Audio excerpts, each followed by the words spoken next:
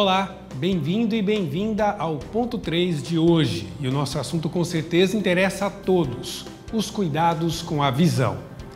Dados da Organização Mundial da Saúde afirmam que mais de 2 bilhões de pessoas no planeta têm algum tipo de deficiência visual. Dessas, pelo menos 1 bilhão tem algum tipo de deficiência que poderia ter sido evitada ou que ainda não foi tratada. Daí a importância da prevenção e do diagnóstico de doenças oculares que, se não tratadas, podem levar à perda da visão. Segundo o Conselho Brasileiro de Oftalmologia, catarata e erro refrativo não corrigido juntos representam quase 75% de todos os casos de deficiência visual. Glaucoma, degeneração macular relacionada à idade e a retinopatia diabética também podem causar a perda da visão. No programa de hoje queremos saber quais os sinais de que a visão precisa de cuidados e os hábitos que podemos adotar para manter esse sentido de nosso corpo funcionando bem. Para tratar desse assunto, nós recebemos a doutora Daniela Gravina, que é oftalmologista, especialista em glaucoma e membro da Sociedade Brasileira de Oftalmologia, está conectada conosco direto de Juiz de Fora, em Minas Gerais. Doutora Daniela, bem-vinda ao nosso Ponto 3.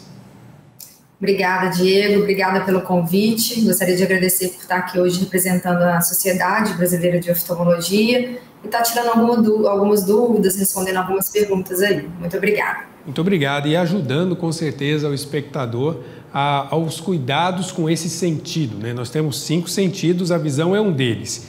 E até nessa história dos 5 sentidos, eu encontrei uma informação que queria confirmar, já para a gente começar a conversa. Dos 5 sentidos do nosso corpo, a visão é o que mais pode sofrer perda ao longo da vida.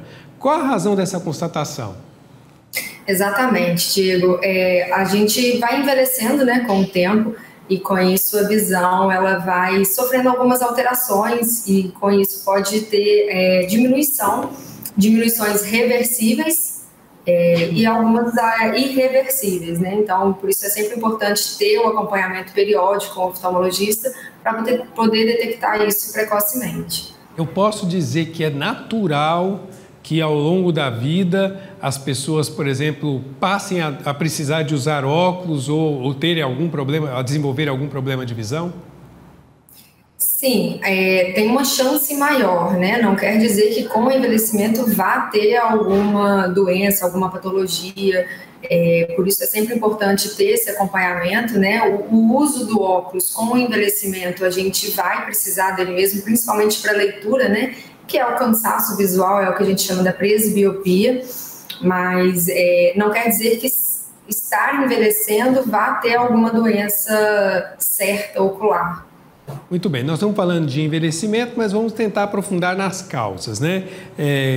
Eu queria que, então, doutora Daniela, a senhora dissesse quais são os problemas mais comuns que as pessoas costumam ter nesse sentido, na visão, e o que leva ao surgimento desses problemas.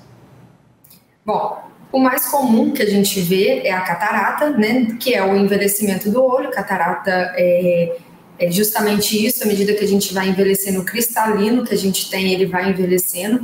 Então, é a maior causa de cegueira reversível no mundo. Existem outras doenças muito comuns também, como o glaucoma, a retinopatia diabética, né, que está relacionado ao descontrole da glicose. Então, é muito importante a gente acompanhar. E existem outras doenças também, né, como miopia, hipermetropia, que aí a gente já corrige com o uso do óculos. No caso da catarata, é uma doença muito comum, né? Inclusive, de vez em quando acontecem casos de catarata, mas acontece também, a gente vê até mutirões que conseguem superar o problema. Dentre todos os problemas da visão, quais seriam, digamos, as doenças mais graves e que podem levar à perda total e irreversível da visão? Bom, como você comentou, né, a catarata é o mais comum, só que como eu comentei anteriormente, a catarata ela causa uma perca de visão reversível. A gente vai diminuindo a visão à medida que a gente vai envelhecendo, faz a cirurgia de catarata e a visão volta a ser como era antes. Porém, existem outras patologias que geram uma cegueira irreversível. E a causa mais comum que a gente percebe aí é o glaucoma. Então, o glaucoma ela é a principal causa de cegueira irreversível no mundo. Diferente da catarata, né, que quando o glaucoma é detectado muito tardiamente, o que a gente perde de visão pelo glaucoma a gente não consegue recuperar. Então, é muito importante a gente manter o acompanhamento, vendo a pressão do olho, né, para evitar um dano posterior.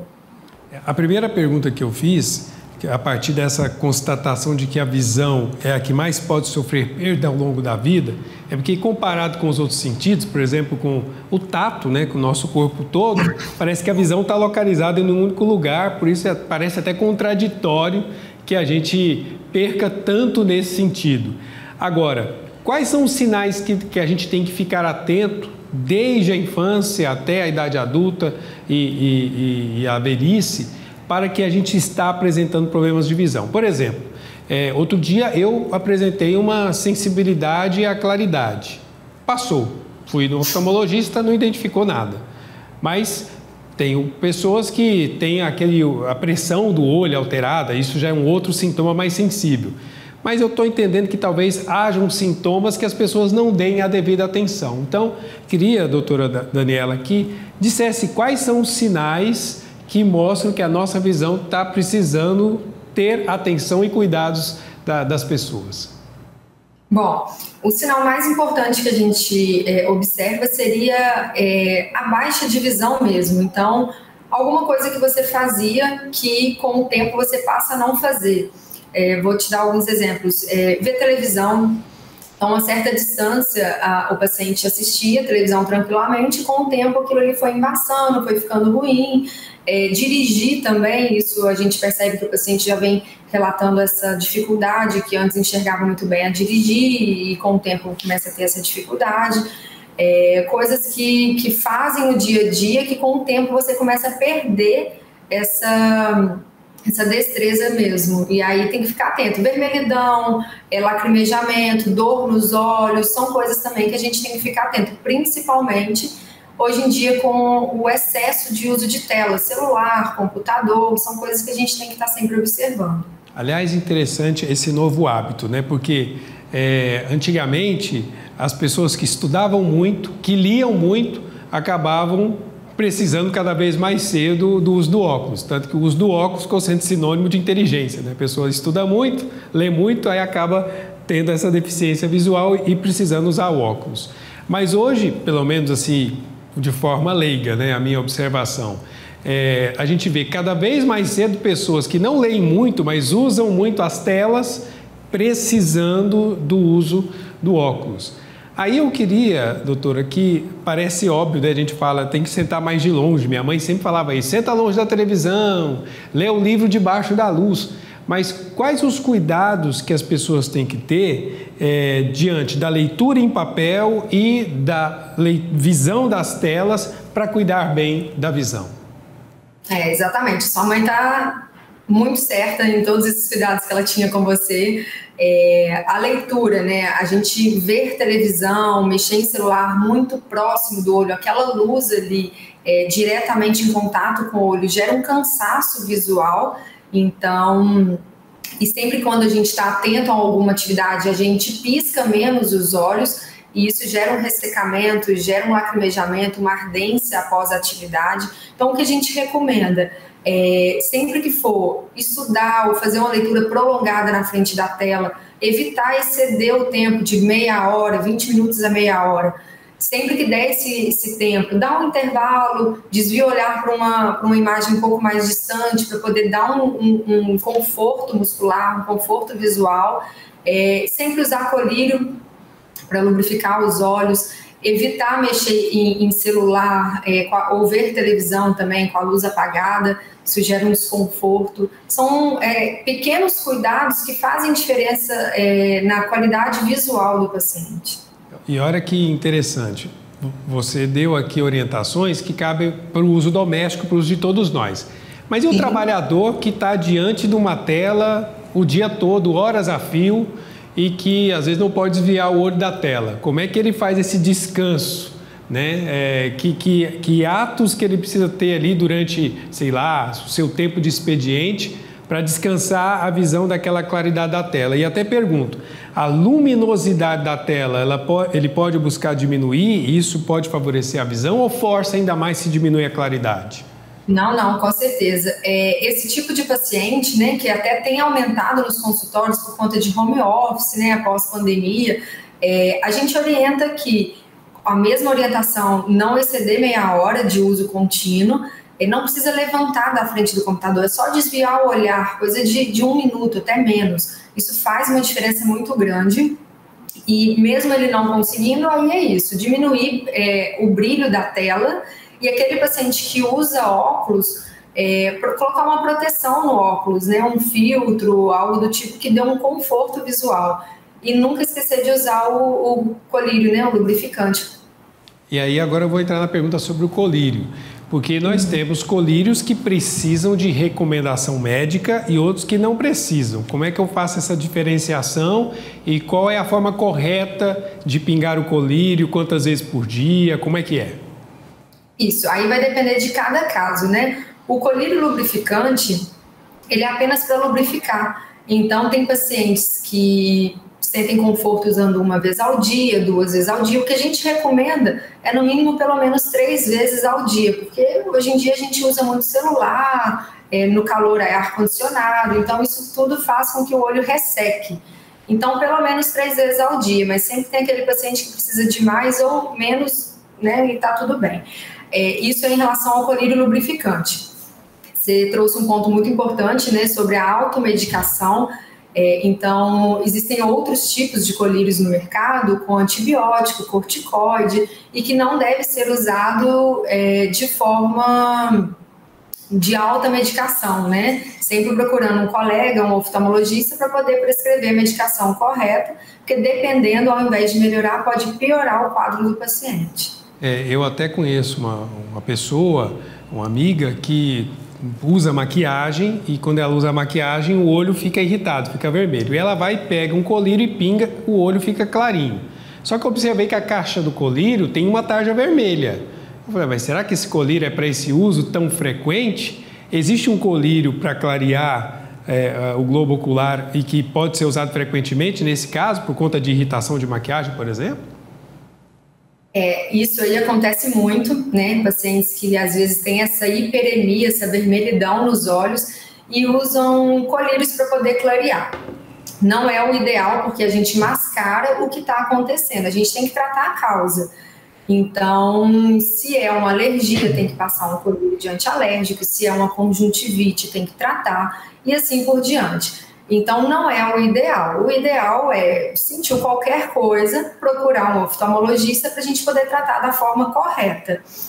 O lubrificante, no caso, pode ser até um ressecamento ocular, então o lubrificante, nesse caso, é usar mais vezes ao dia para tentar aliviar um pouco o conforto dela. Muito bem. Ainda nessa linha da automedicação, eu queria falar e queria que você orientasse, doutora Daniela, a respeito do uso do óculos de sol, né? Porque nós vivemos um país tropical, né? Com uma radiação muito forte e as pessoas têm o hábito de usar óculos de sol, óculos bonitos, mas nem sempre óculos com a proteção correta, que são vendidos por aí nas praças, baratinho, ou porque os das óticas são muito caros. Quais são os riscos desse uso de lentes, de óculos de sol, que não tem o devido tratamento? Bom, a gente tem que usar um óculos que proteja os olhos, né? A gente não sabe a procedência desses óculos que são vendidos aí, como você mencionou, um pouco mais em conta. Não quer dizer que o caro seja o melhor, mas pelo menos que tenha as proteções, né? Contra os raios ultravioletas, né? Então, óculos escuro é sempre importante usar, agora que a gente vem aí no verão, principalmente nas praias, por conta da exposição ao sol. Então, sempre procurar um lugar confiável e que tenha todas as proteções para o olho, né? Exatamente. Então, ou seja, vale a pena investir um pouco mais, viu, minha gente? Porque prejudicar a visão, né? Pode acontecer de você perder o sentido ou perder a capacidade de visão, né? Então, vale a pena esse investimento. Agora, eu queria que a gente falasse um pouco da relação da visão com outros problemas de saúde, né? A gente já fez uma referência aqui, mas queria que a gente se aprofundasse com o caso com a hipertensão e com o diabetes. Como é que essas duas doenças podem provocar também problemas na visão? Bom, o descontrole dessas duas doenças, né, que são muito comuns na população, então uma pressão arterial descontrolada, uma glicose descontrolada, elas sim podem causar um dano visual, né? Elas acometem uma região do olho que chama retina. Então, as duas podem causar uma retinopatia, ou hipertensiva ou diabética. E aí a gente tem que, enfim, ver o nível, né, o estágio que está essa retinopatia e poder tratar da forma correta. Dependendo em casos muito avançados e muito agressivos, a gente sim pode ter um comprometimento visual irreversível. Agora, sintomas na visão podem ser sinais de outras doenças, né? Porque a gente fez o caminho inverso agora, né? Agora, como é que problemas da visão podem ser sinais de outros problemas no corpo? E que problemas, por exemplo, problemas neurológicos podem ser descobertos a partir da visão? Sim, com certeza. O olho, a gente costuma dizer que pode iniciar uma doença que ainda vai desenvolver. Então, são doenças reumatológicas, doenças neurológicas, doenças autoimunes. Então, é muito importante a gente manter o acompanhamento periódico com o oftalmologista. Às vezes o paciente diz, mas eu não estou sentindo nada, está tudo bem. Mas é muito importante a gente manter esse acompanhamento, porque às vezes uma vermelhidão, uma baixa de visão, a gente pode descobrir algo que lá na frente pode desenvolver uma outra patologia sistêmica. Até fazer um comentário que um colega idoso foi ao médico, fez os exames de rotina e voltou decepcionado, porque mais uma vez ele foi ao médico, fez exames de rotina e não descobriu nada, né? Ao invés de ele voltar feliz, porque os exames deram ok, voltou chateado. Mas a gente vai ao médico é por isso, é para não descobrir nada. Mas se descobrir, está na hora do tratamento. Então é importante ter a rotina,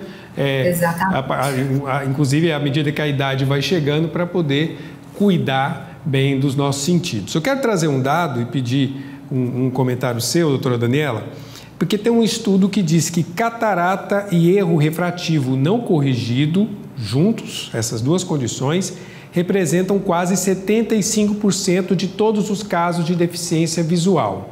A gente não está falando de perda de visão, mas de deficiência visual, de pessoas que têm dificuldades na visão. Glaucoma, degeneração macular relacionada à idade e à retinopatia diabética também podem causar perda da visão. São vários problemas de saúde e muito comuns. Como é que está o acesso ao tratamento dessas doenças no sistema público de saúde? As pessoas têm conseguido? É difícil? Os governos têm investido para oferecer tratamento dessas doenças e dos problemas oftalmológicos em geral na rede pública? Sim, você mesmo comentou mais cedo sobre os mutirões, né, de catarata.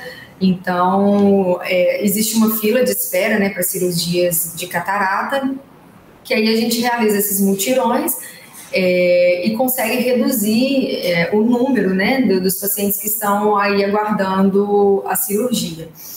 Em relação a diabetes e a hipertensão que você mencionou, o governo ajuda, né, faz as propagandas, as divulgações, tem especialistas, né, em retina para poder orientar, tem exames, tem tratamento. Então, o SUS está muito bem estruturado para poder dar todo o suporte para o paciente.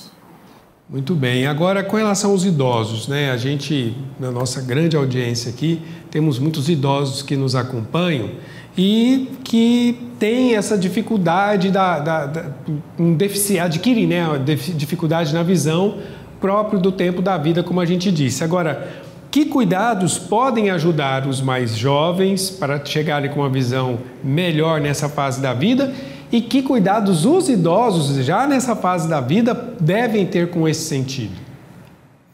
Bom, em relação aos jovens, é o que a gente comentou, é o excesso de telas, né? Então, evitar esse excesso, tudo que é em excesso faz mal. Então, o uso de telas, computador, celular, evitar o excesso disso e estar sempre usando colírio, procurando colega para poder ver se precisa de um óculos, se a pressão do olho está boa, se o fundo do olho está legal, fazer esses acompanhamentos para evitar surpresas ao longo da vida.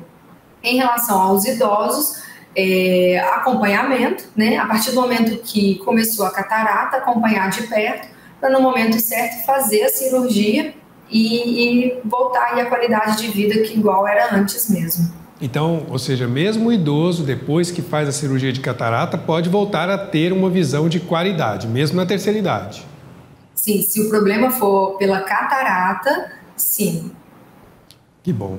Quero trazer aqui um pensamento do Papa Francisco, porque numa audiência recente com profissionais da oftalmologia, o Papa Francisco citou Saint-Exupéry, que em seu livro O Pequeno Príncipe escreveu: "Só se vê bem com o coração, o essencial é invisível aos olhos."